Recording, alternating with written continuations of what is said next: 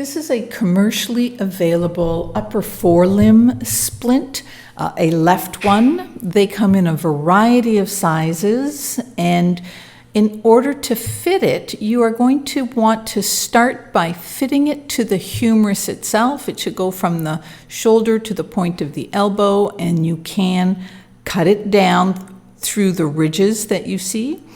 And then you are going to fit it to the paw. It's going to fit laterally on the more distal limb. And because you are using this for an upper proximal forelimb problem, fracture, luxation, whatever it is, you will want your patient to be able to weight bear. This is not for a distal limb problem. Therefore, make sure that you cut it distally at an appropriate length so that the patient can comfortably weight bear on the paw. Also note that once you cut the edges, that the corners of these splints can be quite sharp. So we tend to use a pair of scissors or Dremel tool to round those corners so that we don't accidentally injure any of our patients with these sharp corners. Your splint is always applied after the compressive layer of the bandage, so the patient has the cast padding and the cling applied, and now Jennifer is just securing the splint with white tape, and she used what I call the candy cane technique. She's going to candy cane white tape up the splint just to hold it in place, but she is going to secure it firmly in place using cling, and she's actually going to compress a little bit so that the splint is firmly held in place to the already compressed bandage. All right, so this splint is getting wrapped in place with cling up the limb, and she's going to go around the shoulder. It is important to cradle the distal portion of the splint, and it is important to very much cradle and secure the proximal portion of the splint to the shoulder scapula area. Once you've secured the commercially made splint in place, apply your protective layer, your vet wrap layer, and your splinted spica bandage is complete. We're now going to demonstrate how to create your own fiberglass splint for your spica bandage using the fiberglass material. We happen to use the brand called Delta Light Plus. It comes in 2-inch and 3-inch width. And on this particular dog, which is about a 22-kilo dog, we're going to use the 3-inch one. You want to have access to water, you want to wear gloves when you work with this material, and cover your table with some towels because the fiberglass adhesive is very sticky and will actually mark up your stainless steel tables and countertops.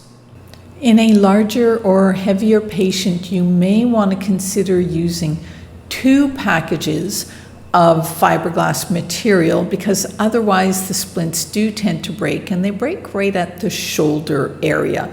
So you may need to reinforce it with 2 packages.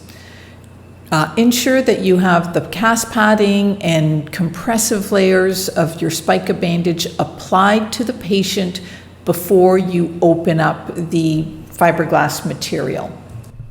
What Jen wants to show you here is that the leading edge of your fiberglass material is quite rough and rugged, and when it hardens, it can be quite sharp. So be sure that it doesn't lead your splint, that it becomes incorporated into your splint.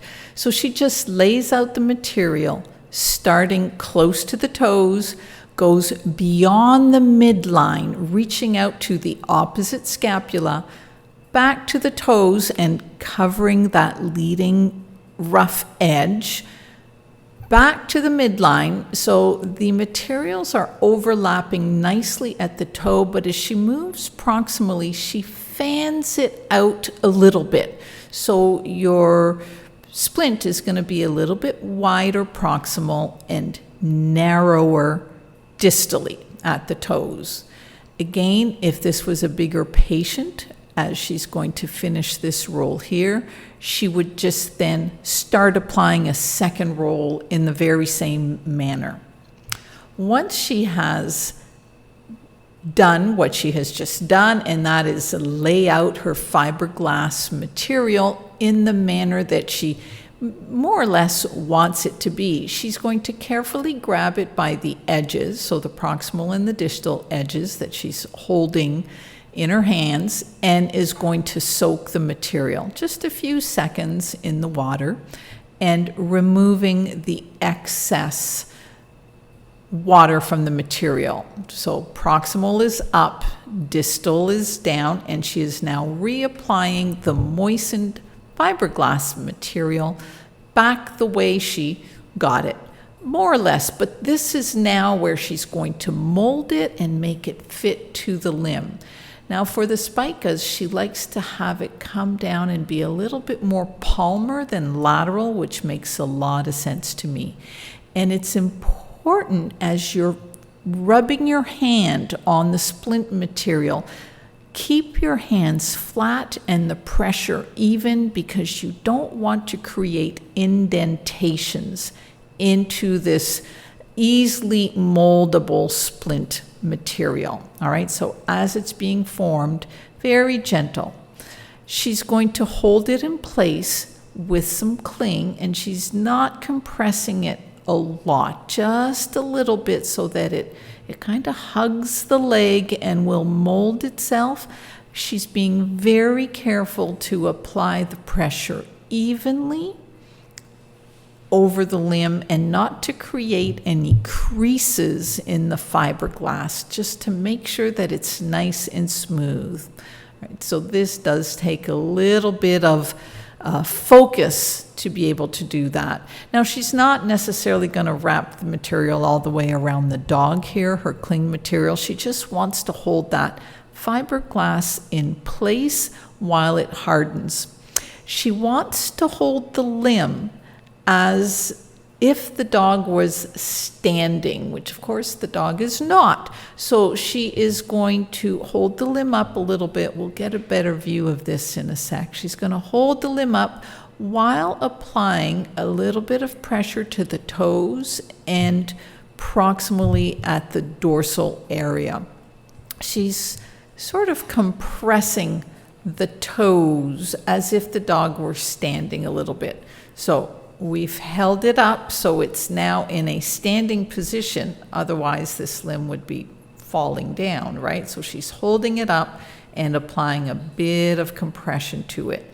She's going to do that for about 5 minutes. And during this 5 minutes, you'll feel the heat that is coming from the fiberglass, and it starts to harden. It is not hard enough, but it is starting to harden.